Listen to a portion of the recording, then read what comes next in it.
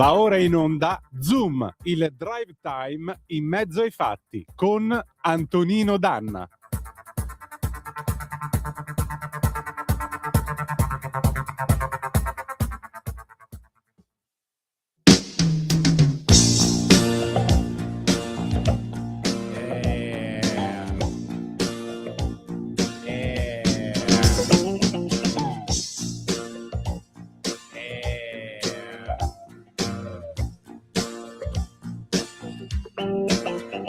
La bobina continua a girare, sì, ma la base va avanti anche da sola, e noi che abbiamo tutta la voce in gola, ma senza base non si può cantare, e con la base non si può stonare, non si può sbagliare. Perché? Perché ci vuole orecchio, ci vuole tutto il pacco, immerso in tinto dentro al secchio, bisogna averlo tutto, tanto, anzi parecchio, per fare certe cose, ci vuole bisogna avere orecchio, bisogna avere il pacco, immerso dentro il secchio, bisogna averlo tutto, anzi parecchio, e per fare certe cose, bisogna avere orecchio. Dal vivo oggi non si può più suonare, l'orchestra è ormai 4 battute dopo, i fiati hanno già fatto il loro gioco, anche il sassofono va via in gol e lascia fare, e noi come dei pirla qui a provare, ma con l'orchestra non si può sbagliare. Perché? Perché ci vuole orecchio, bisogna avere il pacco. Buonasera Antonino, a te la linea. Grazie Natalia e buon lavoro anche a te, ben trovata, buonasera amiche e amici miei, ma non dall'avventura, buonasera, siete sulle magiche onde di Radio Libertà. Questo è Zoom, il drive time in mezzo ai fatti. Io sono Antonino Danna e questa è la puntata numero 1156 del 18 marzo dell'anno del Signore 2026. Mercoledì cominciamo la nostra trasmissione. Vi ricordo, date il sangue in ospedale, serve sempre, salverete vite umane, e chi salva una vita umana salva il mondo intero. Secondo appello radiolibertà.net. Fesso chi non lo legge, perché vi perdete un bellissimo giornale online dove ci sono i Liberamente del nostro direttore responsabile Giovanni Sallusti, gli Autodafè di Giulio Cainarca, la rassegna stampa di Sammy Varin, video pillole e molto altro ancora. Radiolibertà.net is the place to be. E adesso 340-670-9659 per le vostre zappe o WhatsApp, oppure 0292947222 per le vostre telefonate quando lo dirò io. E per concludere, dopo aver ascoltato il disco iniziale Ci vuole orecchio di Enzo Iannacci 1980, prestate orecchio a lui, implacabile come sempre, Pierluigi Magnaschi con il diritto e rovescio. Vai pure Natalia, grazie.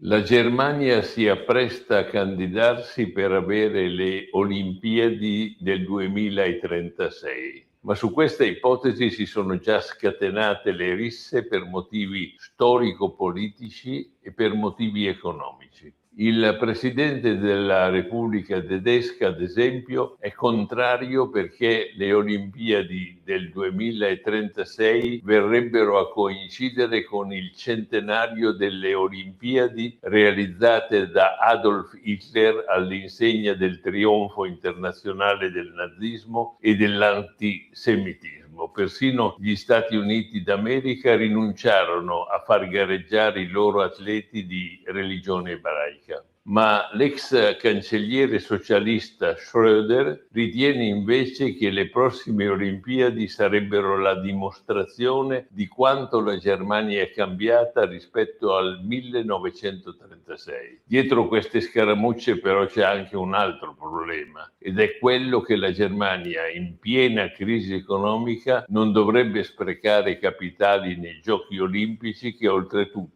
non dimentichiamolo, non le sono ancora stati attribuiti.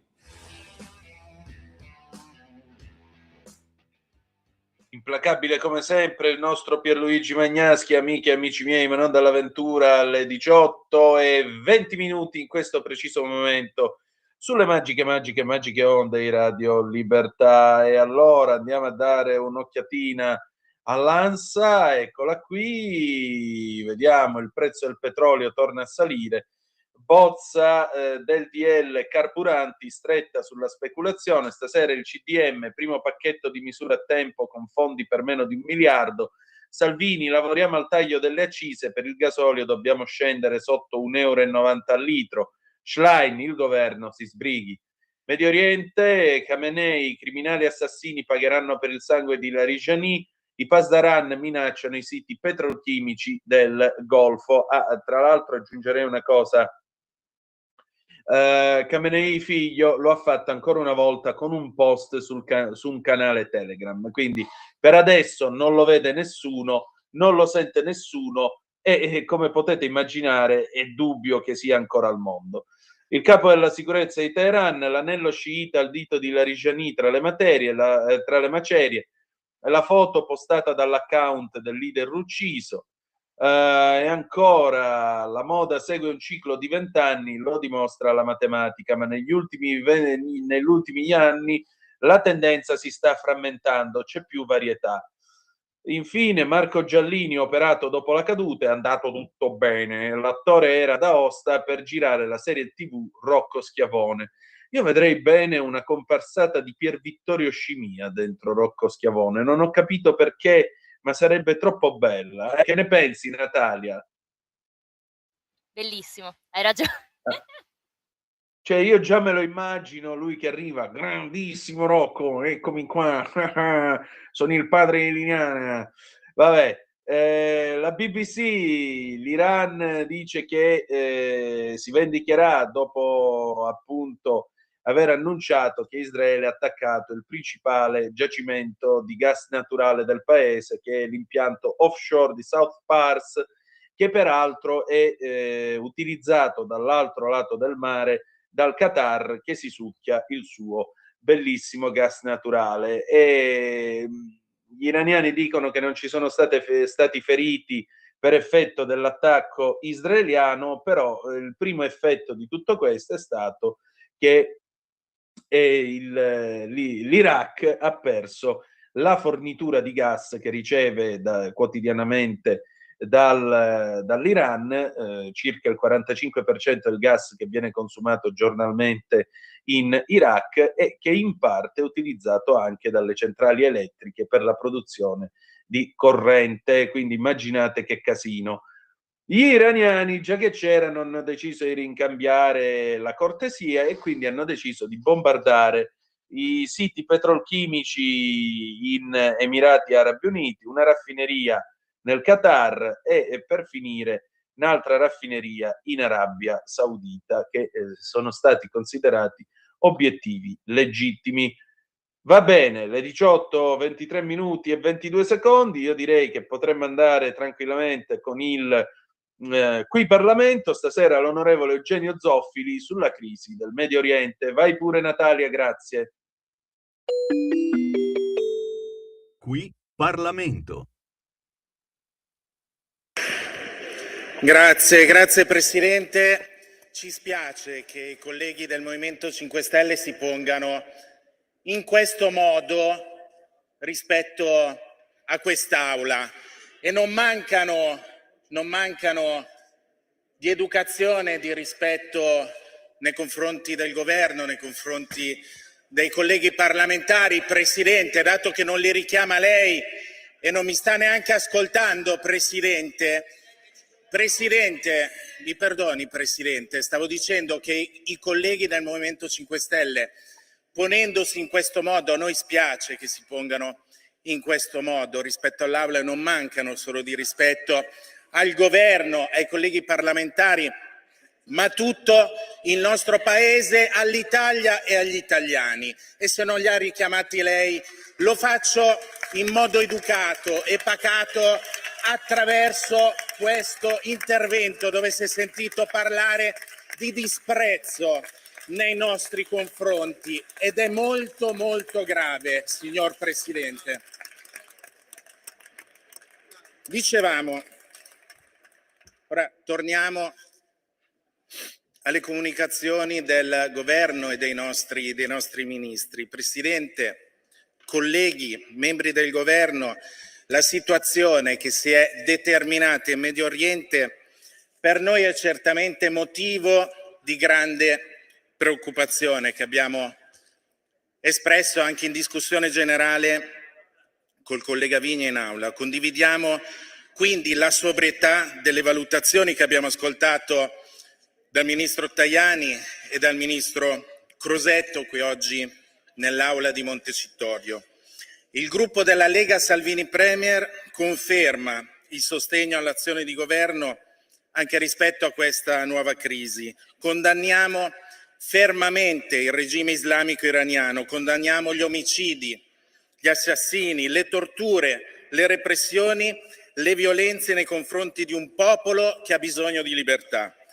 Ringraziamo Presidente degli Stati Uniti d'America e ringraziamo Israele. Chi li critica non ha capito o non vuole capire che ci stanno difendendo e proteggendo da minacce serie per la democrazia e per la nostra incolumità. Stanno difendendo anche i valori dell'Occidente a cui noi della Lega non vogliamo assolutamente rinunciare. Stanno salvando le nostre vite dalla minaccia dei missili e di una forza nucleare nelle mani di terroristi tagliagole. Preghiamo, Presidente, e lavoriamo per la pace, per la diplomazia, per una stabilità che possa metterci al riparo dalle ripercussioni anche economiche che una guerra genera. Un pensiero d'affetto ai 100.000 italiani, connazionali bloccati o che comunque si trovano nelle aree colpite. In queste ore ne abbiamo sentiti tanti. Io voglio ringraziare personalmente per tramite del Ministro l'unità di crisi della Farnesina e anche chi sta lavorando sul campo con grande professionalità. H24.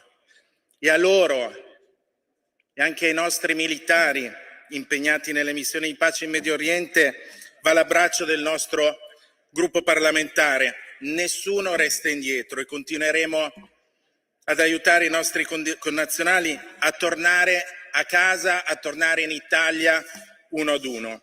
Sul fronte interno, ministri, le raccomandiamo la massima attenzione. La sicurezza di ognuno di noi, di ogni cittadino italiano a fronte di questo conflitto deve essere salvaguardata con ancor maggior scrupolo. La sicurezza interna del nostro Paese deve essere potenziata contro ogni minaccia terroristica. Abbiamo ricevuto rassicurazioni che vanno in questa direzione. La preparazione e una sempre maggiore presenza dei nostri uomini, delle forze dell'ordine sul territorio italiano sono fondamentali, così come è indispensabile per noi della Lega aumentare il numero dei soldati in patria, i numeri di soldati dell'esercito italiano nelle nostre strade, nelle stazioni, nei punti sensibili. L'operazione Strade Sicure, lo ribadiamo, è una buona pratica made in Italy, è un fiore all'occhiello apprezzato e voluto dai cittadini italiani che dobbiamo rafforzare. 6.800 militari impiegati non bastano più, ne abbiamo bisogno di altri. Nella risoluzione di maggioranza la Lega ha voluto sottolineare questa necessità di tenere alta la guardia all'interno del nostro Paese per la sicurezza dei cittadini italiani e di questo ne siamo soddisfatti, come siamo soddisfatti del fatto che sia stato chiarito che le basi in Italia saranno usate solo per funzioni logistiche e non per atti di guerra. Presidente, colleghi, il gruppo della Lega voterà a favore della risoluzione di maggioranza nella speranza che l'apporto del nostro Paese, ciò che stiamo facendo noi oggi in quest'Aula, è quello che il governo ha fatto e sta facendo anche nelle sedi internazionali, possa contribuire al rapido raggiungimento della pace. Grazie Presidente. Grazie onorevole. Qui Parlamento. Stai ascoltando Radio Libertà, la tua voce libera, senza filtri né censure, la tua radio.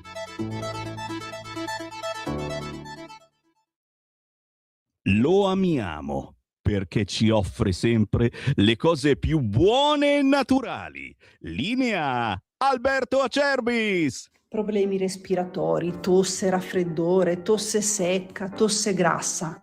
Abbiamo il prodotto che ti può aiutare. Bronco Free, la soluzione bevibile alla bava di lumaca, timo, verbena, altea, papavero e marrubio. Un insieme di erbe e di prodotti che aiutano a sciogliere il catarro e a favorirne l'espettorazione in maniera naturale. La tosse è un meccanismo espulsivo naturale che il nostro organismo mette in atto quando all'interno delle nostre vie respiratorie entrano virus, entrano batteri, entrano sostanze che il nostro organismo ritiene dannose. Come fare per calmare la tosse? Bisogna sciogliere il catarro e favorirne l'espettorazione attraverso un mucolitico naturale. La bava di lumaca, infatti, attraverso gli enzimi litici in essa contenuti, aiuta a sciogliere appunto il catarro e aiuta la sua espulsione. Abbiamo un'offerta straordinaria per voi stamattina. Se dite ascolto Radio Libertà e chiamate lo 030 68 40 408, 3 flaconi di Bronco Free a 59 euro, e se dite ascolto Radio Libertà voi non pagate le spese di trasporto e in più avete uno splendido omaggio. Chiamate adesso 030 68 40 408.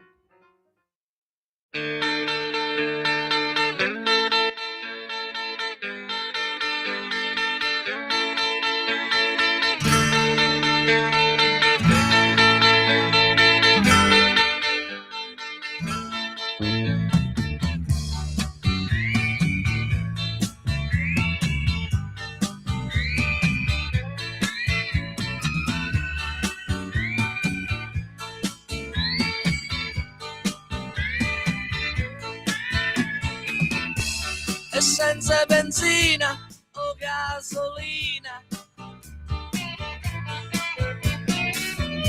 soltanto un litro in cambio ti do, Cristina. Se vuoi la chiudo pure in monastero, ma dammi un litro di oro nero.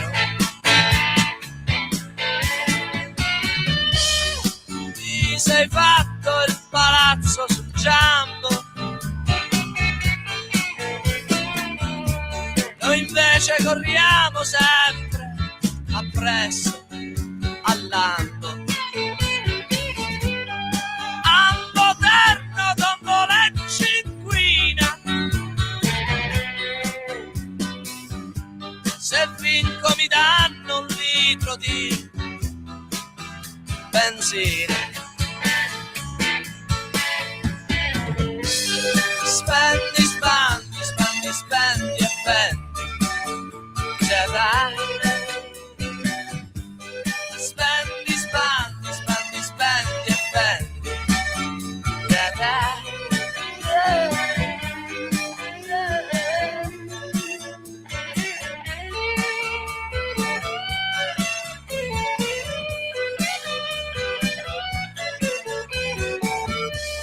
Spider Coupé, GT Alfetta, a 200 c'è sempre una donna che t'aspetta. Va ora in onda Conto Corrente, economia e finanza per tutti. Conduce Antonio Zennaro. Buonasera,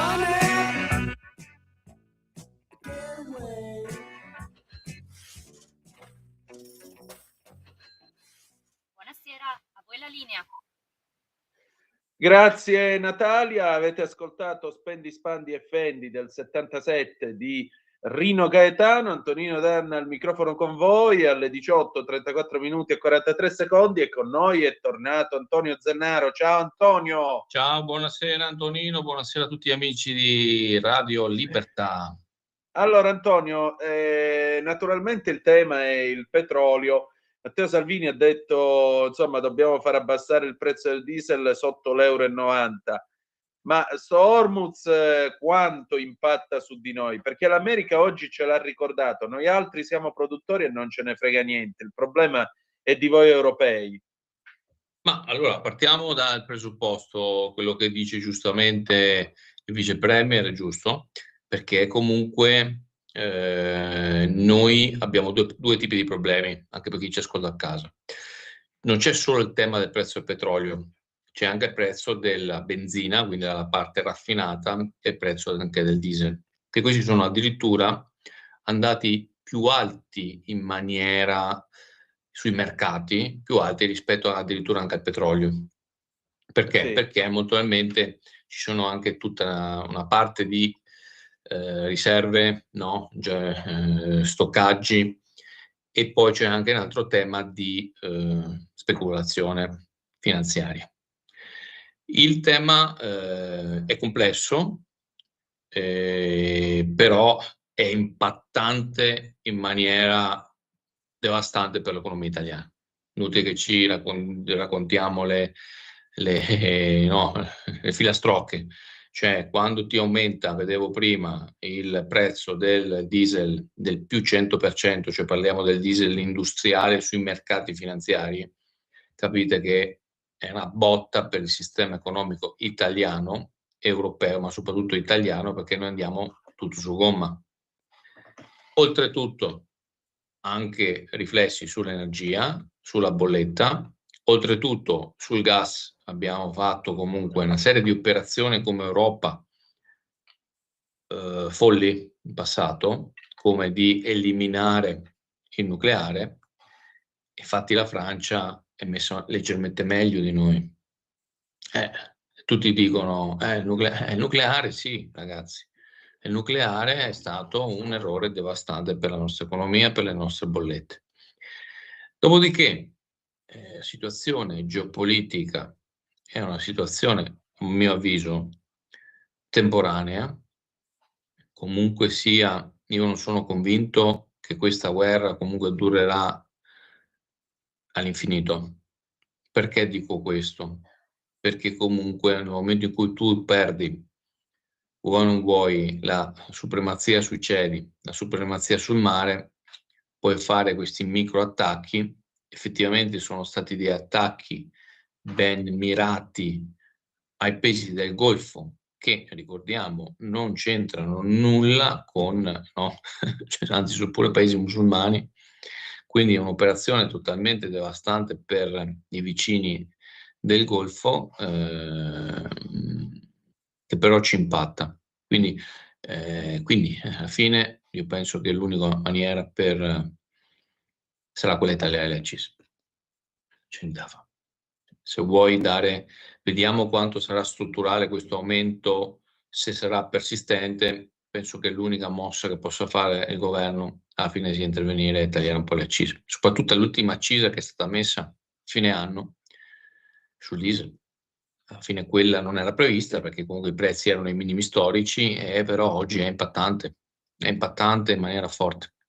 Sicuramente sono allo studio, ho visto oggi Sole 24 Ore tutta una serie di cose, anche soprattutto per le aziende più energivore, anche per ad esempio chi ha gli automezzi, però bisogna intervenire perché si rischia di mettere fuori mercato interi settori. Più in generale poi molto probabilmente andrebbe studiata, solo che con tutti questi vincoli europei, Antonino, io capisco pure che il governo non è che può fare i miracoli, ma anche quel patto di stabilità, tutte queste regole in questo momento forse andrebbero allentate, no? Abbiamo 2 guerre in contemporanea, Antonino, cioè, no? Cioè, von der Leyen e là tutti gli alti papaveri che ci stanno su all'Europa, no? Cioè, ragazzi, abbiamo 2 guerre, giusto? Cioè, perché non è che me lo sta inventando. Dopo la linea europea dice Trump è pazzo, gli israeliani sono degli estremisti, perché questo nella sostanza. Però è anche vero che se ci va bene ci toglie un regime che comunque è un proxy, finanzia le proxy, finanzia tutta una serie di operazioni coperte in giro per il mondo, quindi è utile per a livello globale questa soluzione. È temporaneo, quindi bisognerebbe, secondo me, questo io parlo opinione personale, bisognerebbe che l'Europa intervenisse invece che sta a pensare di fare l'SRL startup che forse partirà, io ho letto, ma l'hanno lanciata, no, fare la SRL semplificata per le startup, bello, cioè l'idea, 100 euro per la società, no? Valida in tutta Europa, bellissimo. Poi vai a vedere, leggi, no? Perché poi bisogna anche che uno non si ferma a leggere il titolo, soggetta all'approvazione del Parlamento, del Consiglio e poi forse operativa da fine 26, cioè stiamo a marzo. Cioè, capite che tempi hanno questi? Cioè, io non lo so. No, ma poi sai, ti posso dire una cosa. Cioè, noi qui stiamo a discutere della procedura di questo, di quello e di quell'altro. Ora io mi permetto di fare questa osservazione. Noi abbiamo detto che no, noi non ci andiamo a impelagare con Hormuz perché non è la nostra guerra. Beh, dall'altro lato gli americani potrebbero risponderci neanche l'Ucraina è una nostra guerra. Ma detto ciò, però, se resta chiuso lo stretto, io presumo che per fare andare avanti le fabbriche, i trasporti, la produzione di corrente, perché in alcuni paesi si sono fatte delle scelte sciagurate, sarà necessario bruciare dei derivati del petrolio. Ora, c'è un paese guidato da un signore che a me non sta simpatico, ma che di petrolio ne ha tanto, con cui facevamo affari, si chiama Russia, il quale al momento è sottoposto a sanzioni europee e americane. Il presidente degli Stati Uniti d'America ha detto per un mese io sospendo queste sanzioni, compratevi il petrolio russo. Kaja Kallas, che è la commissaria per la politica estera, invece è andata a dire no, noi non compreremo nemmeno mezzo litro di petrolio russo perché ci sono le sanzioni. Allora io vorrei chiedere a questa fenomena, no? Siccome non arriva petrolio da Hormuz, che ci serve? Dove altro lo dobbiamo trovare il petrolio? Petrolio e gas. Perché aggiungerei anche un'altra cosa, petrolio e gas. Oggi è stato bombardato South Pars, che è il più grande giacimento offshore degli iraniani, certo, condiviso con i qatarioti, certo, però significa che per un po' gas dal Golfo non ne arriva più. E allora che si fa? Ci scaldiamo come? Bruciando la carbonella? Allora, qui o cerchiamo di fare un po' di realpolitik, o se no, l'Europa purtroppo, mi posso permettere, l'Europa si è crogiolata in questi 80 anni a bere vino e parlare di puttanate, tipo illuminarsi con le fonti rinnovabili e tutte queste storie qua. Lo sapete perché? Perché dietro aveva la potenza atomica dell'America. Siccome è finita questa guerra, io sono convinto al 100% che Trump la prima cosa che fa chiude un bel po' di basi in Europa e ne lascia 2 o 3 di quelle essenziali tra noi e la Germania, perché gli altri possono andare a scopare il mare. State ben tranquilli che intanto ci lascerà da soli con Putin, ma poi c'è un altro fatto. Secondo voi i paesi del Golfo, quando la guerra sarà finita, e diranno questi sono venuti a darci una mano, questi se ne sono sbattuti, quanto ce li faranno pagare i contratti di fornitura del greggio? Ecco, su questo Lo chiedo a te.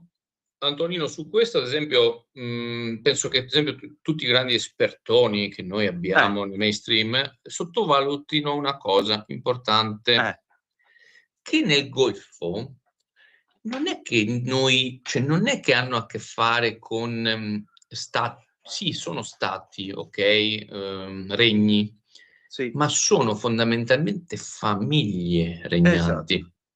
Quindi, per chi conosce bene il Golfo, cioè questi sono in oggettiva difficoltà, adesso, al di là di tutto, perché non hanno cioè fondamentalmente gli eserciti non hanno manco l'attrezzatura per rispondere. Avrebbero oggettivamente bisogno, e sono sicuramente le famiglie del Golfo, famiglie regnanti, si ricorderanno di chi li aiuta, perché sono famiglie, no? Una famiglia al momento del bisogno, dopo si ricorda. Esatto. Cioè non è che questi poi vanno via, no? Fra 5 anni, no? C'è un'elezione, vabbè dai, no? Scordiamoci il passato che avevo avuto, no? Come le democrazie occidentali, no? Che già non ti ricordi più chi era. È un po', lo dico io che sono più a sud di te, è un po' come certe famiglie meridionali che si ricordano lo sgarro che gli hai fatto, ma per generazioni però. Ecco. Quindi ti voglio dire, noi, secondo me, dopo è un'opinione personale, abbiamo ancora una bella opportunità, e io me ne fregherei dei francesi, dei tedeschi, di tutto il no globalismo, anche tutto, che tutti in Europa adesso hanno paura perché abbiamo, se no, la rivolta dei Maranza, no? Che tutti in Europa. E secondo me è proprio questo il problema. Si stanno impaurendo perché abbiamo 50 milioni di musulmani che potrebbero, no? Che potrebbero fare per la rivolta dei Maranza, cioè che se abbiamo paura delle rivolte che poi Trump ha detto questo ieri. Dici, ma che cioè, mo per mandare 4 cacciamine, no? Cioè, no, perché non gli ha chiesto di andare in attacco. Esatto. Non di fare l'attacco all'Iran, di supportare gli alleati del Golfo con delle operazioni logistiche fondamentali, ok? Ma anche di antidrone, tutta una serie di cose. E no, tutti sono andati in panico perché no, l'opinione pubblica, no, perché sennò c'è fondamentalmente la rivolta dei Maranza, no? Vabbè, di questo dobbiamo ringraziare chi ci ha invaso di nuovi europei, perché bisognava costruire ponti e non muri. Scusa. Vabbè, su questo dei nuovi europei basta farsi un giro per le città italiane e poi vediamo che tutti questi nuovi europei che fanno. Vabbè, questo però è un tema che abbiamo già trattato, no? Lasciamo perdere. Cioè, se no dopo diventiamo populisti, no? Sì, e chi se ne frega. Adesso, no, però, cioè, insomma, è dopo un tema divisivo, insomma, bisogna portare i numeri, insomma, a me non mi va manco di stare qua a tediare chi c'è a casa, no? Oggi la priorità è un'altra. La priorità è che oggi l'Europa, e qui non è che parliamo di massimi sistemi, cioè qua io non è che sono qua in radio per fare il massimo sistema, usciamo dall'euro, c'è tanto queste sono cose impraticabili, no? È inutile che stiamo vivendo di vecchi fantasmi. Tanto comunque l'Europa prenderà una mazzata dopo questa guerra con l'ascesa di tutti i partiti euroscettici. Stiamo dentro su questa roba qua, però bisogna uscire, cioè il patto di stabilità in questa cosa qua, è inutile che stiamo con questi vincoli come se fosse tutto il mondo degli anni 90, no? Che il PIL cresce al 5%, anche sto patto di stabilità che è devastante. Già avevamo detto, per contrastare i cinesi, no? Bisogna fare grossi investimenti, bisogna sbloccare investimenti per far ripartire l'economia quando c'è una crisi come in questo momento. Siccome loro invece ho visto, la tecnica dice no, ma c'è inflazione, quindi forse la strategia potrebbe essere quella di aumentare i tassi di interesse. Proprio così, proprio, no, avevo presente il Greenspan nel 2007, quindi diventiamo proprio nel Big Short, no? Diventa l'Europa. Cioè, non abbiamo cose energetiche, stiamo a pensare ai pannelli fotovoltaici comprati in Cina, le macchine BID che ne sta vendendo a rotta di collo. Siamo proprio, no? Aumentiamo i tassi di interesse a BCE, e poi patto di stabilità, quindi se spendi €1 in più, no? Inflazione, Bruxelles manda i ministri 50 volte a spiegare come rientrare, il piano di rientro, capite? Cioè, capite che non funziona questo meccanismo qua? Cioè, io capisco proprio Trump che sbrocca quando parla degli europei, no? E dopo alcuni magari atteggiamenti che noi non siamo più abituati, bla bla bla bla bla. Ma effettivamente, questo meccanismo qua che abbiamo costruito, cioè non gira, ragazzi, cioè non gira. Cioè, dopo possiamo mettersi lì, io sono il primo europeista, che dobbiamo fare le cose insieme a tutti i paesi europei. Però economicamente siamo vincolati su troppe cose, non abbiamo la velocità. Cioè il mondo ormai è veloce, intelligenza artificiale, investimenti, la stessa guerra è diventata oggi veloce, che con drone da 10.000 euro distruggi una raffineria da miliardi di euro. Ok? E metti il caso che qua non so come si ricaccia, pure che ricacciano un'altra ribellione in Libia, perché, allora, guardate, sul gas hanno detto siamo troppo dipendenti da Russia, e ci può pure stare, no, essere dipendenti solo da un fornitore. Quindi l'Europa ha tagliato completamente la Russia, e noi che siamo diventati completamente dipendenti dal Qatar. Esatto. Bello, sulla carta bellissima, Qatar, monarchia stabile, Il Qatar un'ora fa ha chiuso la raffineria che raffina il Quindi petrolio. adesso? No, Io Libia, ti vorrei rispondere in in Libia maniera no, poco salottiera, ma poi anche la Libia, no? La Libia, no, io sono della linea che in Libia noi dobbiamo avere una presenza molto più pesante, quasi da, no? Quasi da stivali on the ground, ok? Io ho questa opinione qua, l'ho sempre avuta anche quando quello stavo che a penso Torres. anch'io. Perché comunque per noi è cortile di casa. Vuoi o non vuoi, a me non me ne frega niente, là dovrebbe essere una sorta di, non dico colonia, però una sorta di, cioè avere un paese che funziona. Ecco, mettiamo così, cioè, noi dovremmo creare tutte le condizioni perché là ci sia una democrazia che funziona, non un paese di tribù che non si capisce, no? Che non c'è una stabilità, no? Sì. Che è un tema per noi, l'approvvigionamento energetico, ragazzi, importante. Quindi oggi noi ci avevamo puntato sul Golfo, oggi il Golfo è... Quindi? Esatto. Anche perché sì, gli americani sono esportatori di gas, te lo paghi il doppio, di fatto. Cioè. Esatto. Quindi, a parte che adesso ci restano solo quasi gli Stati Uniti e un po' là di Azerbaijan, Kazakistan, quel giro lì, no? Capite che non funziona, quindi l'Europa... E poi altra, secondo me, cosa stupida dell'Europa, Antonino. Cioè, noi, scusate, ma fino a 6 mesi fa ci hanno fatto una testa così, militarizzazione, dobbiamo prepararci a entrare in campo l'esercito europeo, dobbiamo andare in Ucraina, già in Ucraina, c'è niente da fare, dobbiamo andare a combattere Putin, no? Tutto sul dibattito, no? Sì. Leva militare, qua partiamo. Adesso, perché paese musulmano, no? Quindi allora rischio Maranza, rivolta dei Maranza, peace and love. No, ma noi siamo per la pace, noi Europa siamo per la pace, siamo buoni, no? Ma che guerra, basta, le guerre sono una cosa, no? Tutti i giornalisti, no, guerre sono cose nell'altro. Cioè quelli che scrivono che bisogna fare la guerra Sì. a mandare i militari, capito? Sì. Con le divise rosa, no? Sì, appunto. No? L'esercito europeo 0292947222 col carro armato, no, green, con Sì, mi la ricordo tuta il carro rosa, armato no? inclusivo, sì. Armati così, adesso no, ma gli stessi, capite la follia, cioè, gli stessi che dicevano che bisogna fare la guerra a Putin, no? A buttare le bombe, dicono no, l'Europa deve essere pacifista. Allora io capisco che siano in difficoltà, non sanno come venirne fuori, perché dal momento in cui dopo tu hai troppi nuovi europei, no? Che non sono poi, la pensano come te, tu dici, ma io ho le elezioni fra poco in Germania, in Francia, e secondo me, sai cosa accadrà, Antonino? Io ho un'idea, ce l'ho. Secondo me, ho visto un po' di presentazioni di Palantir, ma quelle pubbliche, no? Mazza come sono organizzati. E adesso li stanno usando, no? Anche per altri fini. Però è un sistema, pensate cosa hanno che non vediamo. Sono convinto che magari qualche Palantir comincerà a dire, ma sai, ma non ci hanno aiutato questi? Attiviamo il Palantir, no? Vediamo che ci dice il Palantir in Europa, no? E dopo vedremo gli altarini. Secondo io sono convinto questo che fra qualche mese parliamo sempre degli Stati Uniti d'America, ok? Quindi, cioè, quello che viene sottovalutato, ma io non dico che uno deve essere d'accordo, Antonino, ma puoi anche non essere d'accordo, cioè nel senso che puoi dire io sono per l'Iran, io sono contro anti-israeliano, cioè ognuno è libero di dire pensa quello che gli pare.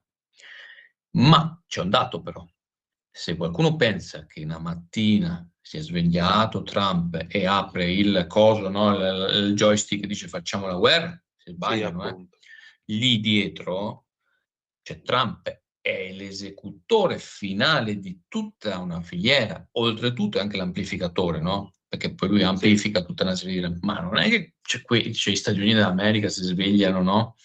Cioè, e fanno la guerra all'Iran, fanno la guerra, oltretutto in tutto questo sta andando KO, Cuba, che poi a Trump, diciamoci la verità, gli riesce. La Venezuela l'ha incappottato, cioè nel senso che quelli contro, no?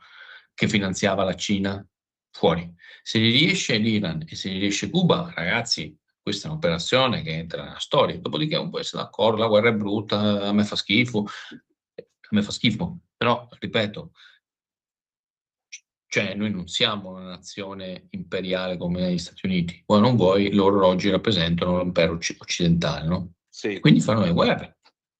So che è una roba che ho il giorno dopo tanti film, no? Dopo tanto Netflix, sta roba non piace, no? Antonino, però il mondo hanno sempre fatto le guerre per i soldi, per sicuramente questa è una guerra per il controllo del petrolio, cioè è oggettivo, no?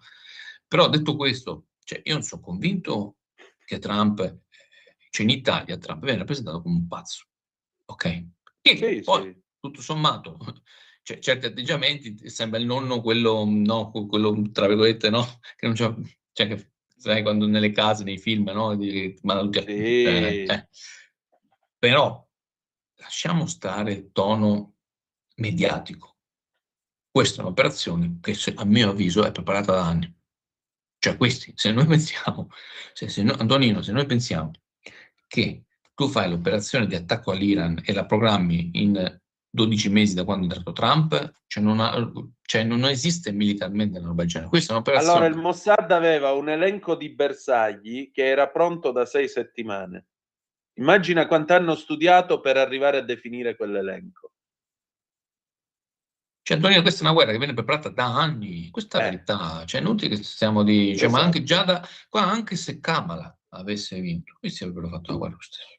Cioè, vuoi o non vuoi, questa è la cosa, perché cioè, per chi capisce un po' di mondo sa che non è che cose si fanno, si sveglia Trump, no, è come GTA, no? Cioè, non è GTA qua è il mondo reale, cioè, ci vogliono anni di preparazione, di intelligence per pianificare anche i centri di logistica, smistamento, gli obiettivi militari, chi comanda, la filiera, cioè non è una roba, cioè, pensiamo che ormai sia tutto uno scroll di Instagram, no?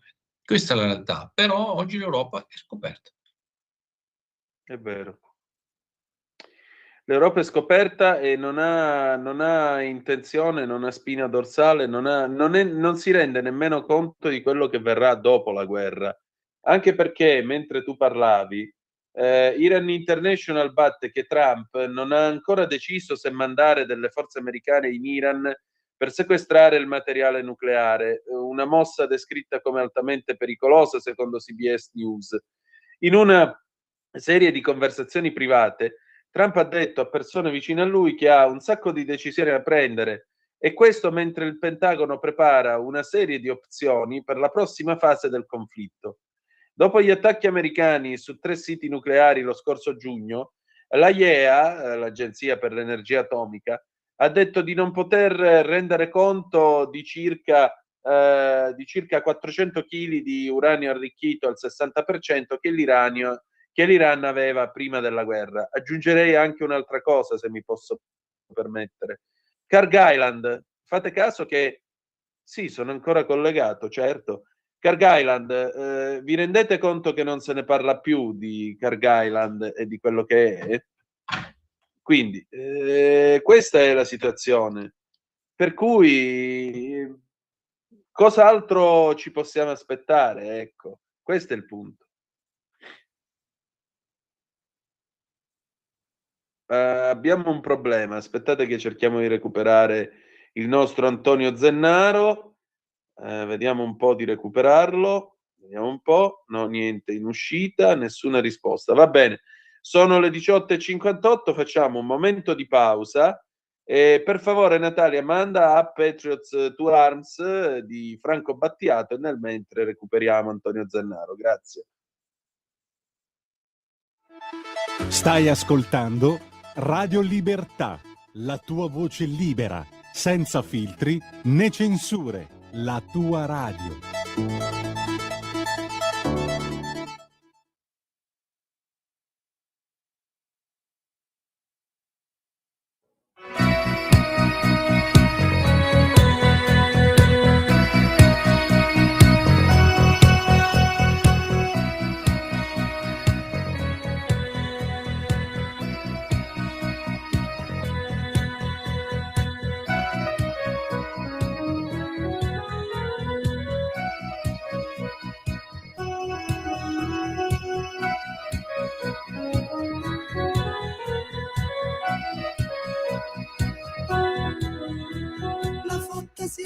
Napoli che è giunta fino a noi, non viene dalle stelle.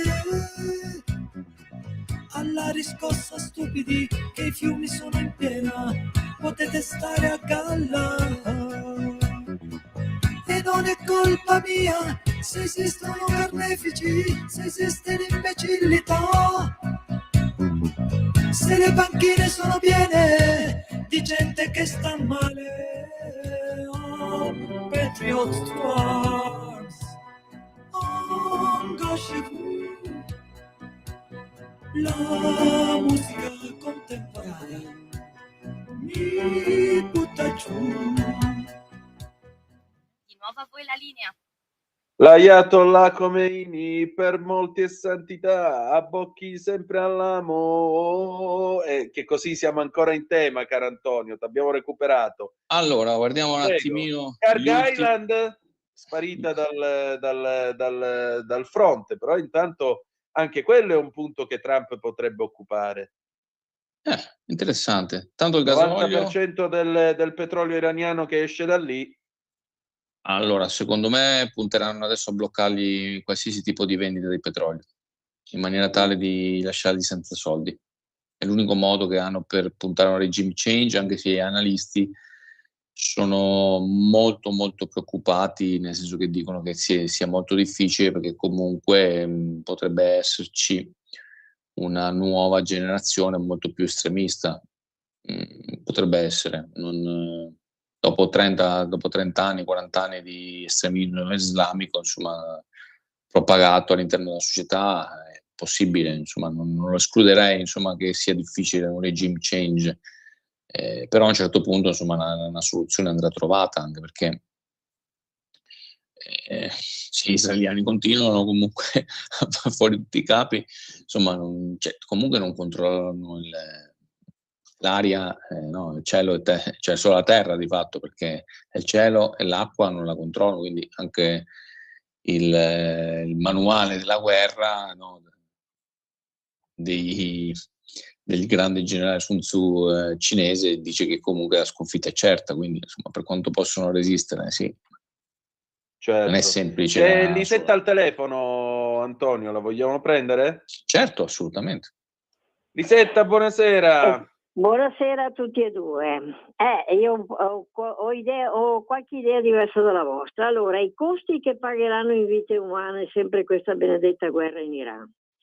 Allora, io vorrei dire che a caldo mi pare di poter dire che anche Trump sia caduto nella trappola, secondo cui la sottoscritta dice che ammazzando un dittatore si esporta democrazia. Realtà nefasta, secondo me, di cui abbiamo avuto un plastico esempio con l'Iraq di Saddam e la Libia di Gheddafi. Anzi, dire che Trump sia caduto nella trappola è piuttosto riduttivo rispetto al suo altalenante pensiero politico, tanto da dover richiamare in causa, secondo me, un forte indice di irresponsabilità che senza dubbio alcuno avrà dei riverberi sia nei confronti degli USA ma anche dell'Europa, non escludendo gli stessi paesi confinanti con l'Iran. La giustificazione secondo la quale Khomeini avrebbe potuto usare la bomba atomica non regge in toto, pur avendo essa un qualche fondamento. Tuttavia, nella dicotomia, dico io, costi-benefici, temo che i costi siano superiori, specie in termini di vite umane. Non Scusi, serve perché Khamenei non avrebbe dovuto usare la bomba? Per dire che da oggi i disordini sia in Iran che altrove si svilupperanno al punto di allargare il conflitto politico anche in Italia. Ed allora, ci metto un bel punto di domanda, si procederà come sta succedendo fra Hamas e Netanyahu, con una manina di Trump, mentre nel frattempo chi inneggia la libertà annegherà nel sangue. Punto di domanda? Io vi saluto e buona serata a tutti e due. Prego, però io non credo affatto che Khamenei non avrebbe usato la bomba e anzi gli Ayatollah se ce l'avessero l'avrebbero già lanciata su Israele, tanto per cominciare. Secondo, questi signori oltre a essere dotati della bomba hanno tentato, ahimè senza successo, di usare la carta Hormuz contro l'America, ma l'America non è più quella di Carter che mandò gli elicotteri per prendere gli ostaggi dell'ambasciata americana e gli elicotteri si scassarono in mezzo al deserto e fece una figura barbina. Non è più quella. L'America oggi il petrolio lo esporta, non gliene frega più niente. Vi do un aggiornamento adesso. Il segretario della NATO, Mark Rutte, ha appena detto che stanno cercando di sbrigarsi per vedere di mettere in piedi una missione per andare a dare una mano agli americani a Hormuz. Quindi forse qualcuno si è reso conto che il petrolio ci serve ancora. Un'ultima cosa, le vite umane. Chiedo scusa, 7 morti ha avuto l'America fino a mo'. Tra Pasdaran e altri, Israele ne stima tra i 5 e i 6.000 di morti tra gli iraniani. Però stranamente in Italia abbiamo tutti gli espertoni che vengono a dirci che l'Iran sta vincendo la guerra, Tel Aviv è stata ridotta a parcheggio, Netanyahu c'ha 6 dita ed è morto. Va bene, continuiamo così, facciamoci del male. Prego Antonio. Ma io capisco che comunque, ovviamente anche i cittadini dicono, ecco, Trump ha fatto la guerra, ci aumenta benzina, un casino, geopolitica, io capisco. Cioè non è che è proprio il primo, è prima anche il pensiero, no? Che ti viene, no? Cioè proprio Vox Populi, no? E il problema è che sì, Antonino, cioè, secondo me loro sono intervenuti perché questi comunque erano vicinissimi, soprattutto Israele ha spinto per l'operazione, perché comunque erano vicinissimi a farsi l'atomica, questa è la verità. Anche perché una volta che hai l'atomico, un paese che è comunque ostile ed è proxy, cioè finanzia tutte le proxy instabilità nel Medio Oriente, cioè questi sono dati oggettivi, non è che stiamo Hezbollah, Hamas, cioè sono tutti comunque, e poi tutta un'altra serie, in Iraq, c'è di affiliati all'Iran, ok? Cioè è un soggetto destabilizzante. Detto questo, io non è che voglio fare la fazione, per noi europei è un casino, cioè comunque è vero che è un casino, però è un casino perché noi non siamo ben organizzati. Poteva succedere anche qualsiasi altra crisi, cioè, come quando venne il Covid, no? Cioè, che ci siamo trovati che tutte le medicine arrivavano dalla Cina, no? Cioè, c'avevamo anche le mascherine, no? Quindi altre Antonio, 2 telefonate, Antonio. Pronto, chi è là? Sì. Ciao Gino. Pronto? Sì, perfettamente. Sì, pronto. Sì, sono Gino. Ecco, Ciao. Poche parole. Ho sentito la signora Lisetta. Io credo che tante persone i piedi per terra non li hanno o vivono sulla luna. A me mi preoccupa molto tutto quello che sta succedendo, per carità, però se Trump non fosse intervenuto e questo signore come si chiama, avesse avuto a disposizione la bomba atomica, sicuramente l'avrebbe buttata, l'avrebbe lanciata alle nazioni con cui non va d'accordo o vuole imporgli qualcosa. Ecco, io la vedo in questo, a me mi dispiace perché con la bomba atomica che lui avrebbe potuto lanciare, purtroppo cascava pure sulla mia testa. Se invece cascava solo sulla testa di questi personaggi che vivono sulla luna, pazienza, che potevo fare. Grazie. Altra telefonata, Berengario in Subrico. Sì, pronto, buonasera. La domanda è piuttosto semplice, anzi in realtà una è una polemica con la signora Lisetta che appunto secondo me vive un po' in orbita, però la domanda era questa. Il discorso è: ma perché gli americani che hanno hanno tutti quei sistemi satellitari anche agli infrarossi che ti vedono anche se sei vestito o no, ma perché non lo usano il sistema per intercettare e distruggere i barchini veloci dei Pasdaran appena lasciano le loro basi, o addirittura bombardare direttamente le basi? Tanto comunque ormai sono in guerra, per cui anche se affondano qualche mega yacht di qualche super miliardario, pazienza, potevano non mettercelo. No, e questa è la mia domanda. Potrebbero benissimo impedire ai barchini veloci di uscire e le navi viaggiano serene e tranquille, o no? Questa è la domanda. Allora, Grazie. io ti posso dire questo perché... per radio. Grazie, te lo posso dire perché l'ho scritto stamattina io su Italia Oggi. L'ammiraglio Brad Cooper, che è il comandante del CENTCOM, che è il comando delle forze armate americane nell'area del Golfo Persico, dal 2021 ha messo in piedi la cosiddetta Task Force 59. La Task Force 59 o 59 è composta esclusivamente di barchini droni, droni marini, droni sottomarini e droni aerei, tra cui il cosiddetto sail drone, che pare un windsurf che cammina, può stare addirittura un anno in mare perché ha le celle, come si chiama, le celle fotovoltaiche.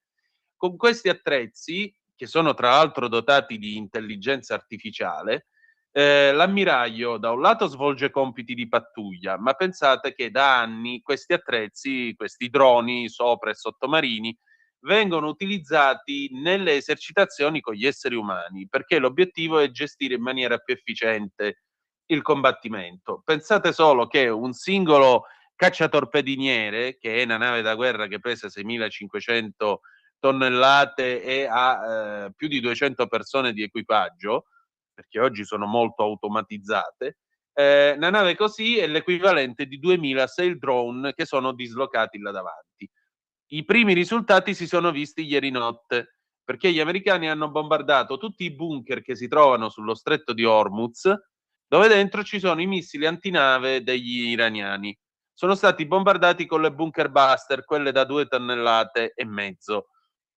Perché? Perché, torno a ripetere, e l'ho detto anche Antonio prima di me, non è che tirano la monetina per aria e decidono che cosa fare, perché voi poi trovate sul giornale l'espertone che dice che gli americani non sanno che fare della guerra, perché quello che stanno facendo è un percorso a tappe, e oggi il percorso, tra l'altro, visto che parliamo di economia, colpire South Pars significa cominciare a strangolare i Pasdaran da quello con cui fanno i soldi. E per questo io dicevo prima ad Antonio, ma non è che ora che arrivano i 5.000 Marine con la portaelicotteri d'assalto Tripoli si vanno a conquistare Karga Island, perché da lì esce il 90% del greggio iraniano. E nel momento in cui gli americani si prendono quell'isoletta, quindi non c'è bisogno di andare a combattere, a fare, a dire chissà che cosa, pigliarsi quell'isoletta del Menga, ecco, lì voglio vedere i soldi con che cosa li fanno gli amici Ayatollah, se ne è rimasta ancora qualcuno, perché Netanyahu poco fa ha accennato alla possibile morte pure di Mojtaba Khamenei. Prego Antonio, scusami. Ci sei? Antonio, mi senti? Mi sa che Antonio non lo abbiamo più. Vediamo un attimo se ce l'abbiamo, se non ce l'abbiamo. Antonio, mi senti? Natalia, prova a chiamarlo al telefono, perché così concludiamo anche questo segmento della trasmissione, perché tra l'altro tra poco abbiamo la differita col professor Zisser. Scusatemi. Quindi non è che qua stiamo assistendo, questa è una partita. Antonino, eccoti. No, ma ha senso tutto. Dimmi. Sì, ti sento. Ti sento anch'io perfettamente, vai avanti. Il tema è questo, Antonino. È appena stato lanciato un missile balistico che ha colpito Riyadh. Lo sto proprio vedendo adesso. La capitale dell'Arabia Saudita. Che è alleata col Pakistan. Mica in guerra con l'Iran. Quindi non è in se avesse guerra, avuto la bomba nucleare, un missile balistico.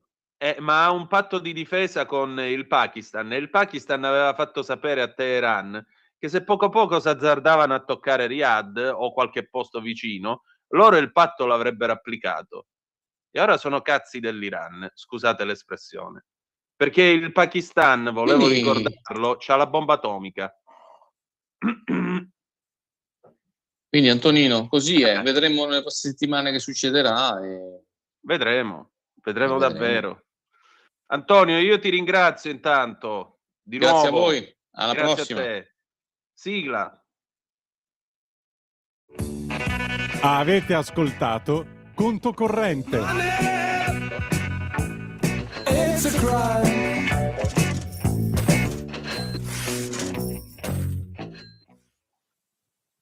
E allora io direi che possiamo fare questo. Natalia, per favore, manda pure di nuovo Battiato, che così io mi disconnetto E poi quando torniamo si parte con il faccia a faccia con il professor Eyal Zisser, vicerettore dell'Università di Tel Aviv. A tra poco.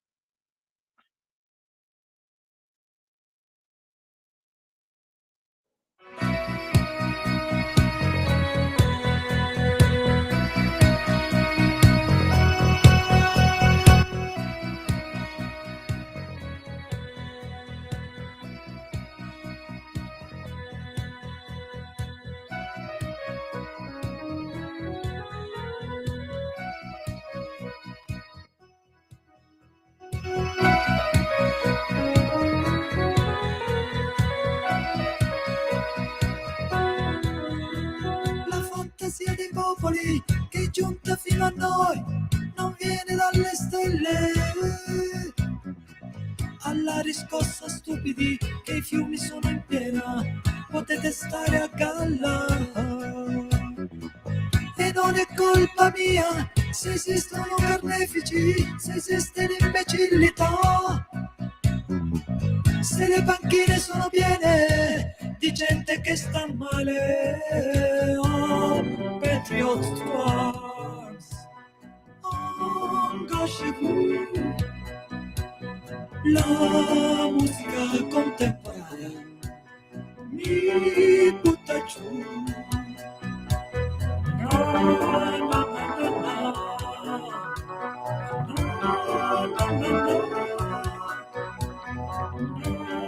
Na, na, na, na.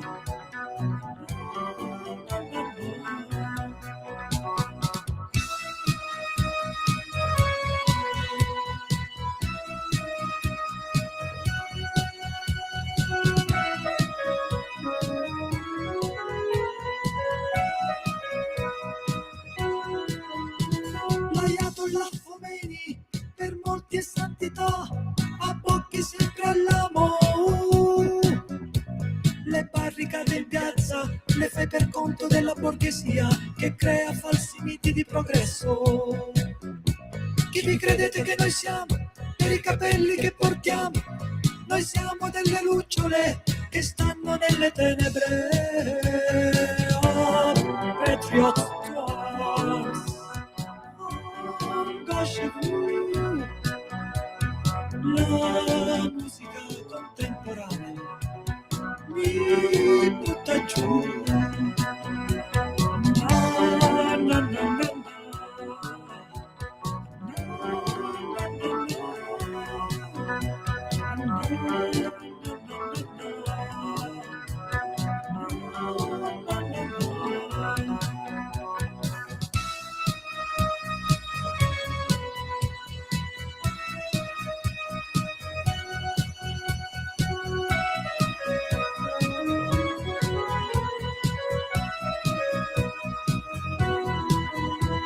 L'impero della musica è giunto fino a noi, carico di menzogne.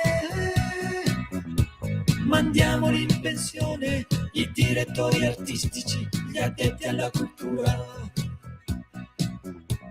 E non è colpa mia se esistono spettacoli con fumo e raggi laser. Se le pedane sono piene di sceni che si muovono. Patriot to arms. Oh, gosh, la musica contemporanea mi butta giù, mi butta giù. Oh, Patriot to arms. Oh, gosh,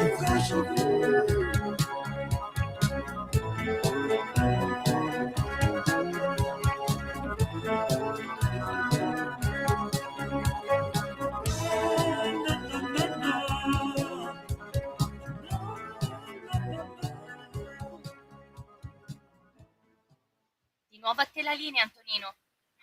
Grazie Natalia, appunto come avete sentito questo era Franco Battiato con Up Patriots to Arms del 1980 dall'album Patriots che lui avrebbe voluto chiamare I telegrafi del venerdì santo, poi per fortuna ha cambiato idea. Allora, grande pezzo come sempre dell'immenso maestro Battiato. Adesso Noi continuiamo sulla falsariga della guerra. Io vi porto a conoscere un cattedratico di livello. Chi è? È il professor Eyal Zisser, che è vice rettore dell'Università di Tel Aviv e titolare della cattedra di storia, e in particolare lui è un esperto della Siria. Direte voi, ma che ci azzecca la Siria con questa guerra? Ci azzecca come? Perché la Siria, a parte il fatto che ha fortemente il dente avvelenato con l'Iran, visto che gli iraniani sono stati espulsi dal paese per aver supportato il regime di Bashar al-Assad, che oggi, come sapete, gioca alla PlayStation a Mosca.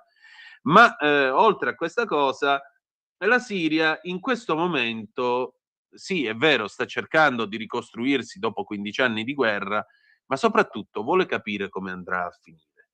E soprattutto spera che vada a finire bene con i patti di Abramo, possibilmente guidati da un paese arabo molto forte. Quale?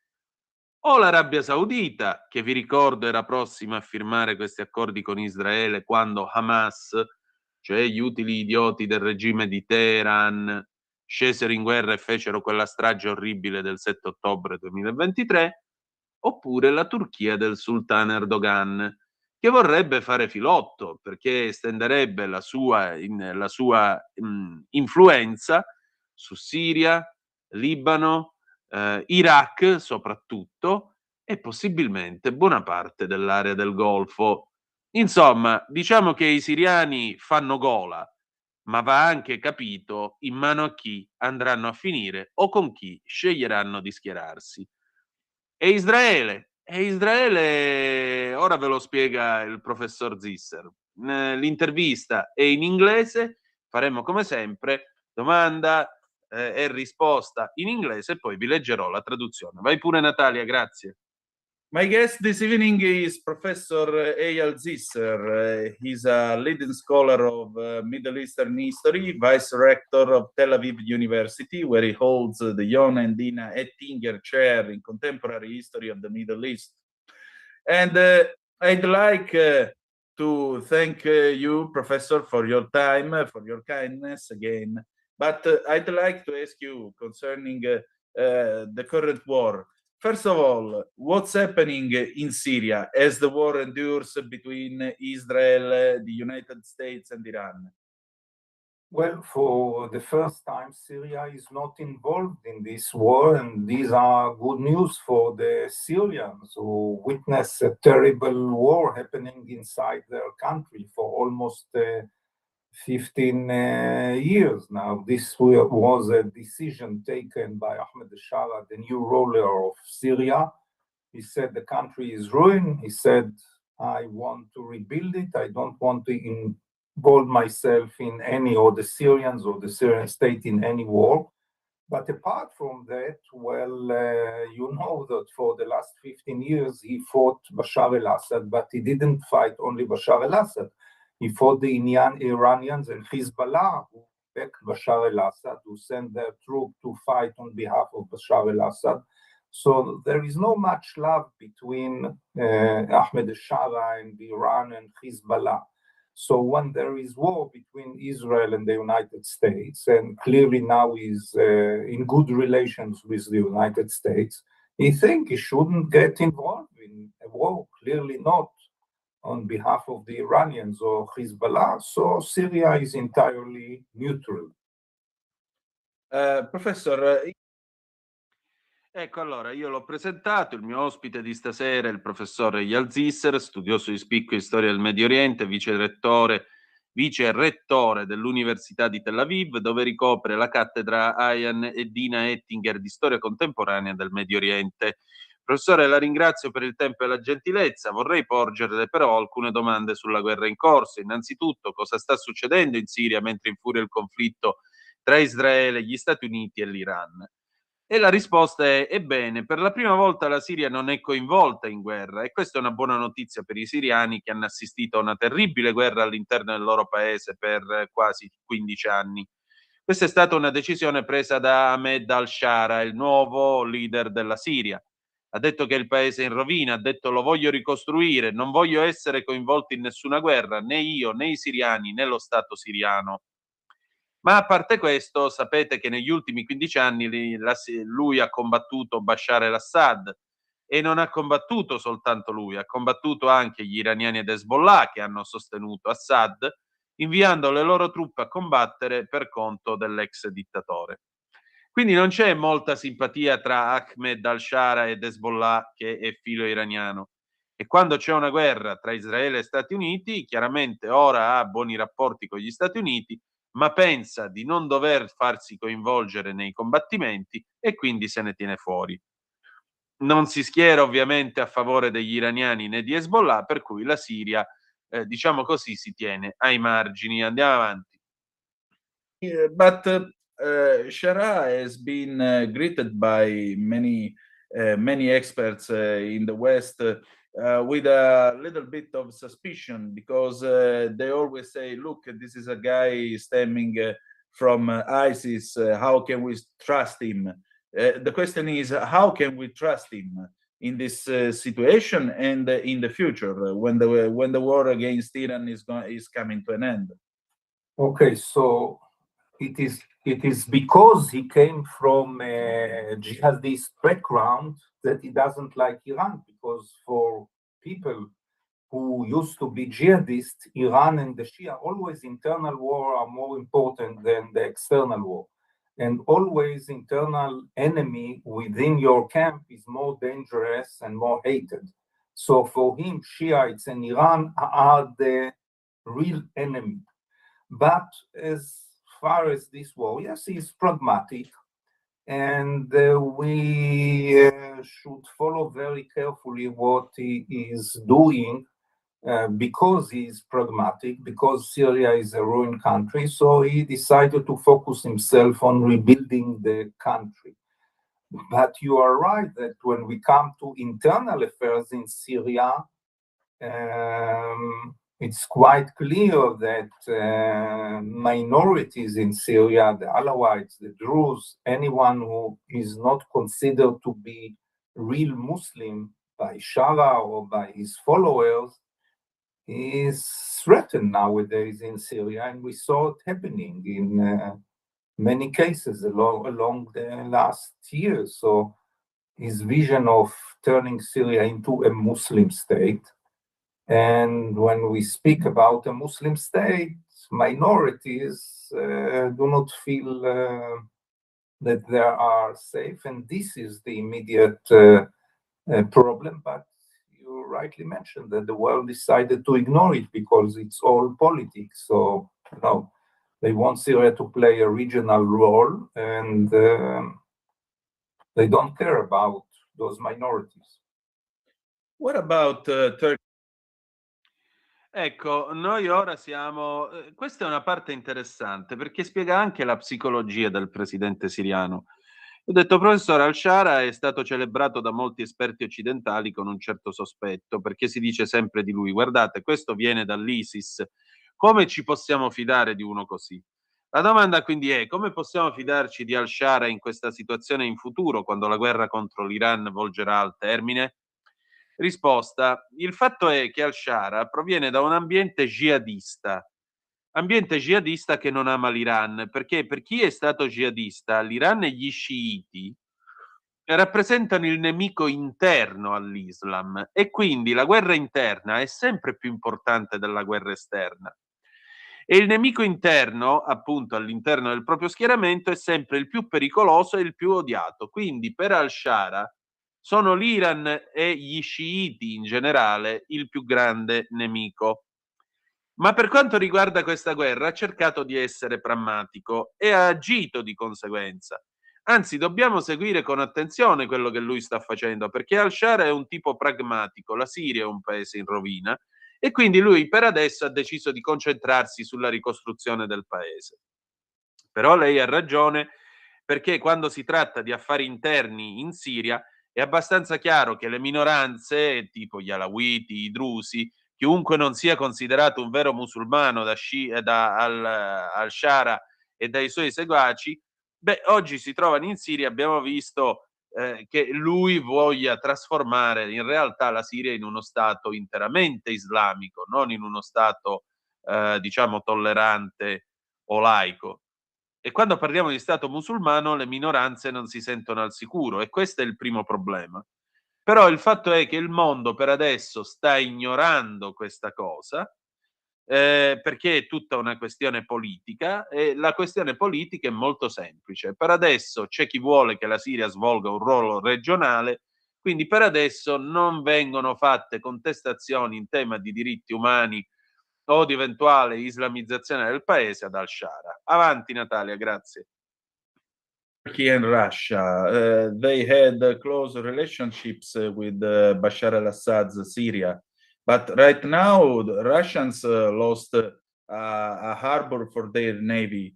And what about Mr. Erdogan and Syria? Well, as for Russia, Shara was very careful. I mean, the Iranians were expelled of Syria. With the Russian, he's more careful. But still, Russia has very little to offer him because the Russians do not have any money, and what he needs is not more weapon, and also the Russians cannot supply him with weapon. What he needs is money, is economic aid, and Russia clearly cannot provide him with that. So these are relations, but not really warm, not really good, will not lead anywhere, and we can say the role of Russia in Syria is finished. On the other hand, Turkey, indeed, Erdogan had good and intimate relations with Bashar, but after the civil war, he decided to back the Muslim rebels. And he backed Shara, and Shara owe him. And Turkey is clearly to play an important role in nowadays Syria because it is the major supporter of the new Syrian army, of the Syrian regime. So let's wait and see what are the Turkish plans for Syria apart from crushing the Kurds. In a certain way, could Turkey use Syria as a... Ecco, qui adesso entrano in gioco due soggetti che dovete tenere presente, la Russia e la Turchia. La Russia, io chiedo al professore, dice, che dire di Russia e Turchia? Avevano stretti rapporti con la Siria di Bashar al-Assad, ma adesso i russi hanno perso un porto per la loro marina, tant'è vero che hanno spostato le loro navi da guerra in Siria, cioè in Libia, scusate. E che dire del signore Erdogan e della Siria? E allora lui mi risponde, dice, per quanto riguarda la Russia, Al-Shara è stato molto cauto. Gli iraniani sono stati espulsi dalla Siria, con i russi invece ci è andato in maniera più cauta. In ogni caso Mosca ha ben poco da offrirgli perché i russi non hanno soldi. Al-Shara non ha bisogno di armi e i russi tra l'altro non gliele possono fornire. Quindi queste sono delle relazioni non proprio calorose e non porteranno da nessuna parte. Possiamo dire che ormai il ruolo della Siria e della Russia in Siria sia finito.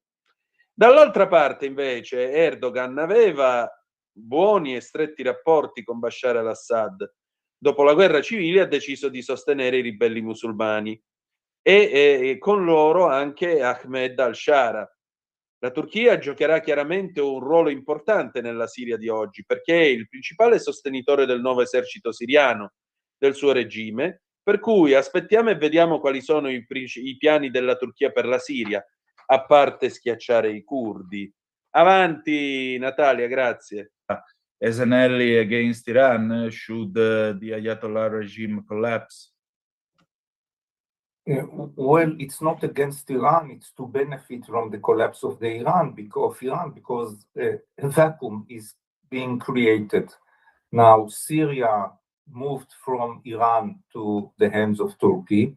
The question is whether Iraq will be next, because Iraq now there is Iranian presence, Iranian influence, pro-Iranian forces, and if the regime collapses, and it's still too early to judge, but Iraq may turn to be the next prize for Erdogan because his vision, the dream of Erdogan is to became a leading force within the Arab world, within the Sunni Arab world. Clearly Syria, Iraq, Lebanon, the Palestinians, eventually also the Gulf states. This is the dream. And what about ecco, a questo punto io vado avanti sulla Turchia e chiedo al professor Zisser, ma in un certo senso la Turchia potrebbe usare la Siria come alleata contro l'Iran qualora il regime degli Ayatollah crollasse? Dice, beh, non è tanto contro l'Iran, ma è piuttosto per trarre vantaggio dal crollo dell'Iran, perché si sta creando un vuoto. La Siria è passata dall'Iran nelle mani della Turchia per il momento. La domanda è se il prossimo paese che passerà nelle mani di Ankara sarà l'Iraq, perché ora in Iraq c'è una presenza iraniana, c'è un'influenza iraniana e ci sono forze militari filo-iraniane, tipo quelli che hanno pigliato a colpi di drone la base italiana a Erbil, tanto per capirci. Se il regime iraniano crollasse, ancora è presto per giudicare, però l'Iraq potrebbe diventare la prossima preda di Erdogan, perché il sogno di Erdogan è quello di diventare una forza trainante nel mondo arabo e soprattutto nel mondo arabo sunnita. Per cui lui farebbe filotto, dice il professore, Siria, Iraq, Libano, i palestinesi e pure gli stati del Golfo. Questo è il suo grande sogno. Avanti Natalia. The Israeli relationships with Syria right now. What's the attitude of the Netanyahu's government? Well, I don't think there is much trust within the Israeli current government, and they don't trust him. They don't believe in what he is saying. They suspect that he has other ideas, and that's why the decision made by the current Israeli government is not to base its national security upon agreements that you do not think that the other side will fulfill, but instead taking the needed measures to ensure your security. This is taking control over the border and other steps. So for the time being, the Israel approach is we don't trust him, but we are ready to engage in negotiations with him, with the support and the help and the mediation of the Americans. But at the same time, we'll take all the necessary precautions to protect ourselves. That's basically the approach of the government. In your opinion, ecco, a questo punto parliamo di Israele, perché abbiamo parlato di tutti, ma anche il dirimpettaio, diciamo, in questo momento impegnato in guerra. E per quanto riguarda le relazioni tra Israele e la Siria, qual è al momento l'atteggiamento del governo Netanyahu? Ma non credo ci sia molta fiducia all'interno dell'attuale governo israeliano nei confronti di al-Shara. Non si fidano di lui, non credono a quel che dice, sospettano che abbia in realtà delle altre idee, dei retropensieri. Ed è per questo che la linea adottata dall'attuale governo israeliano è non basare la propria sicurezza nazionale su accordi che non si ritiene l'altra parte rispetterà, ma adottare invece le misure necessarie per garantire la propria sicurezza. Questo significa assumere il controllo del confine e intraprendere altre azioni. Quindi per il momento l'approccio di Israele è: noi non ci fidiamo di al-Shara, ma siamo pronti a negoziare con lui, col supporto, l'aiuto e la mediazione degli americani. Al tempo stesso però prenderemo tutte le precauzioni per difenderci. Questo è fondamentalmente l'approccio del governo. Avanti Natalia. In the future, perhaps let's try to make an hypothesis spanning on the next 10-15 years on. In your opinion, is Syria going to be another Trojan horse for the international Islamic terrorism? It's a big question. We don't know. I mean, we don't know how stable is the regime of Ahmed Shara, for how long it may survive. We know that ISIS is still operating in Syria. Now he's fighting against Shara because Shara has good relations with the West and with the United States.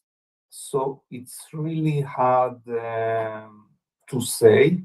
I think there is a big question mark, but clearly if Syria is not to become more stable with a regime that, well, I wouldn't say pro-Western, but is ready to cooperate with the West in the fight against Islamic terrorism, Syria might turn to be, yes, a nest for such radical groups. Ecco, a questo punto facciamo alcune previsioni e io chiedo al professor Zisser, che vi ricordo essere vice rettore di Israele, dell'Università di Tel Aviv. Il punto è questo. Come nei prossimi 10-15 anni, secondo lei, diventerà la Siria un altro cavallo di Troia per il terrorismo islamico e internazionale?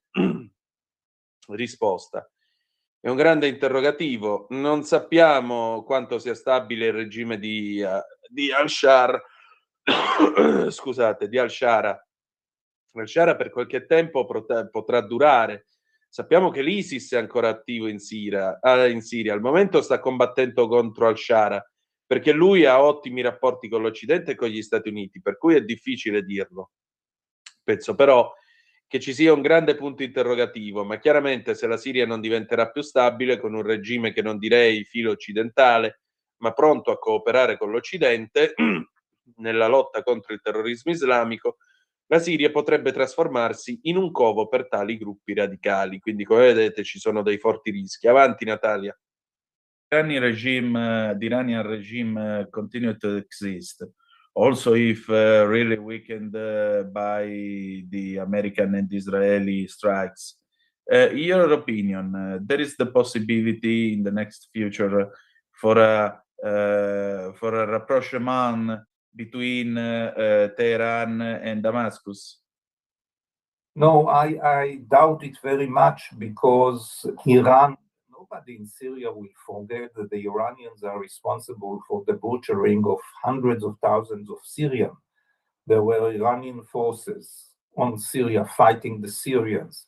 Iran supported the Assad regime, and also there is this ideological dimension. They are Shia, these are Sunnis, and they don't like each other.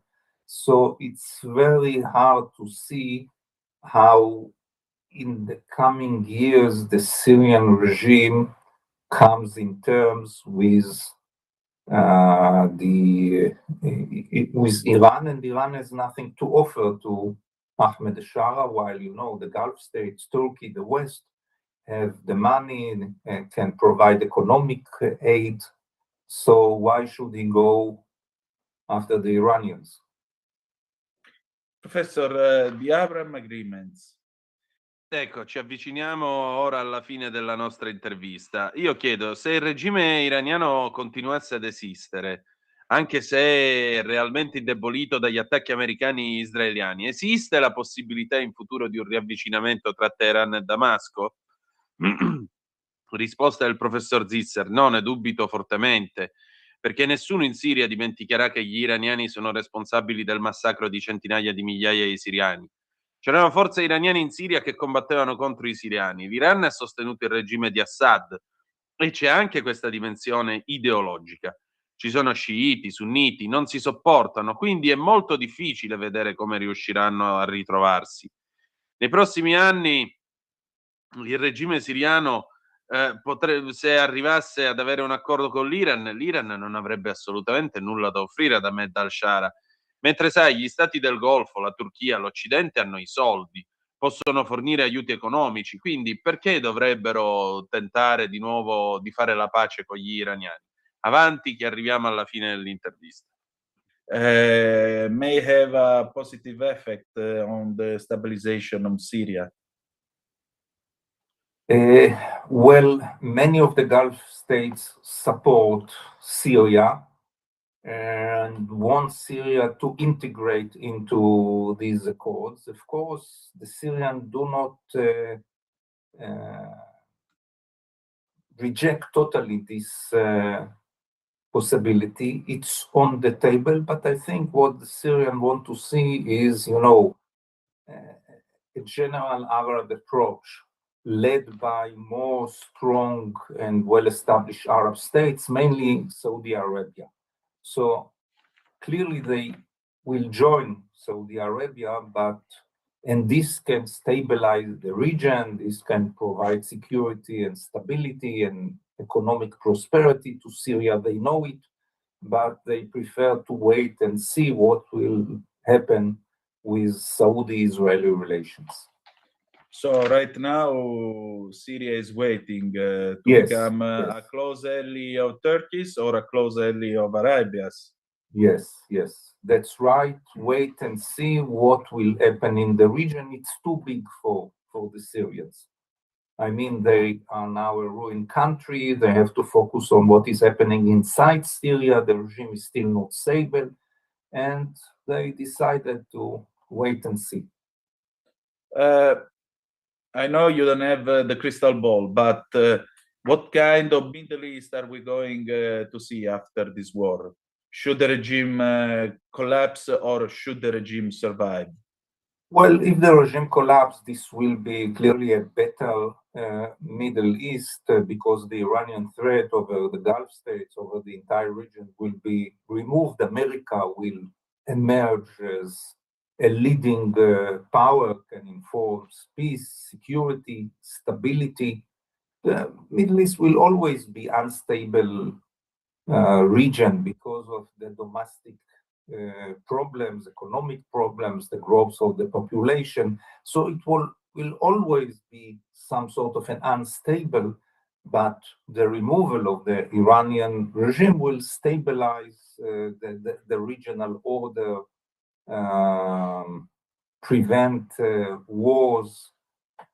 If the regime continue, it depends how weakened it will it become, and how what is the future role of the United States in this region, because if the United States is there to stay, then it can contain the Iranian threat for some time at least. So it will be more stable than it is right now, but we have to wait and see. Okay, time will tell in a certain way. Professor, I'd like to thank you for your time and kindness. Okay, that's great. And I hope to hear from you soon. Yes. Thanks Thank you very much. Thanks a lot for being with us. Ok, bye. Bye. Allora, chiudiamo la nostra intervista con le ultime 3 domande. Professore, gli accordi di Abramo potrebbero avere un effetto positivo sulla stabilizzazione nella Siria? Risposta: molti stati del Golfo sostengono la Siria e vogliono che essa si integri in questi accordi. Naturalmente i siriani non escludono totalmente questa possibilità, è sul tavolo, ma credo che quello che loro desiderino sia più un approccio arabo generale, guidato da stati arabi più forti e consolidati, principalmente l'Arabia Saudita. Quindi chiaramente si uniranno all'Arabia Saudita, ma e questo può stabilizzare la regione, può garantire sicurezza, stabilità, prosperità economica alla Siria. I siriani lo sanno bene, preferiscono però aspettare e vedere che cosa succederà nelle relazioni tra la Siria, scusate, tra l'Arabia Saudita e Israele. Cosa diverrà allora? Può diventare uno stretto alleato della Turchia o uno stretto alleato dell'Arabia Saudita? Loro aspettano e vedono che cosa succederà nella regione. È una situazione troppo grande per i siriani. Voglio dire, ora sono un paese in rovina, devono concentrarsi su ciò che sta accadendo nel loro paese. Il regime non è ancora stabile e hanno deciso quindi di fermarsi.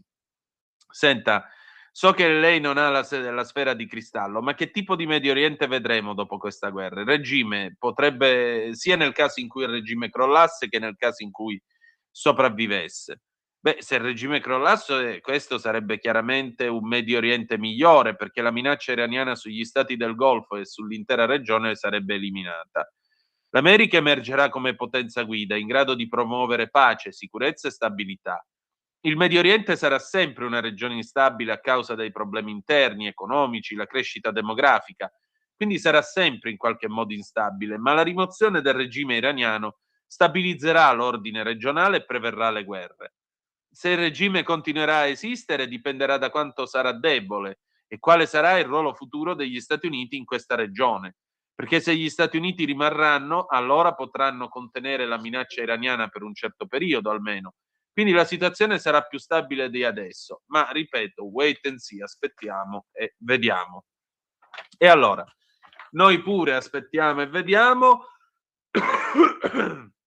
Scusate, grazie al professor Eyal Zisser, grazie a tutti voi, ci salutiamo con Jackie James, Innamorata del 1976 e ricordate, domani sempre appuntamento alle 18:05 trattabili sulle magiche onde di Radio Libertà.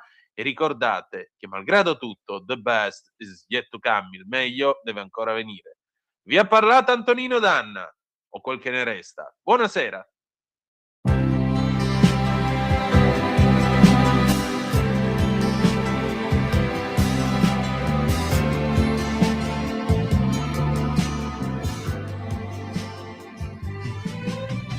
E di sotto in su mi guardi tu, come fai tu, tra le tue ciglia.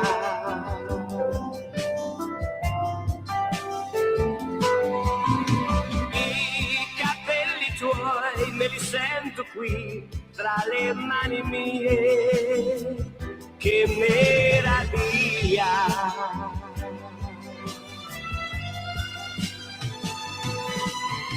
E poi tu, mentre vai al buio, qui all'orecchio mio, dici che ti sei innamorata.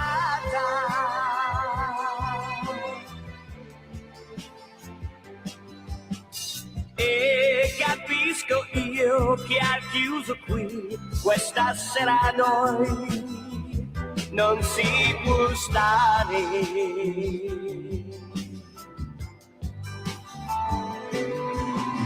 E scendiamo giù di corsa noi, dove tu vuoi, in riva al mare.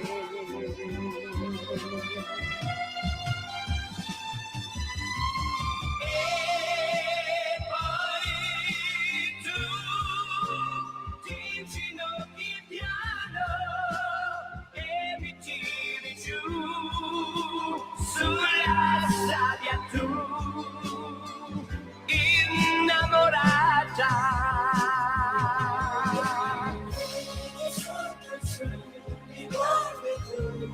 Come fai tu, tra le tue ciglia.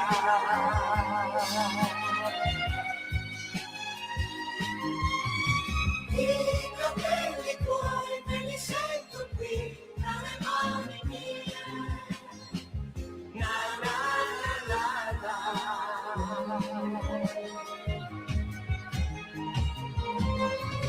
E poi tu, mentre vai al buio, qui all'orecchio mio, dici che ti sei innamorata.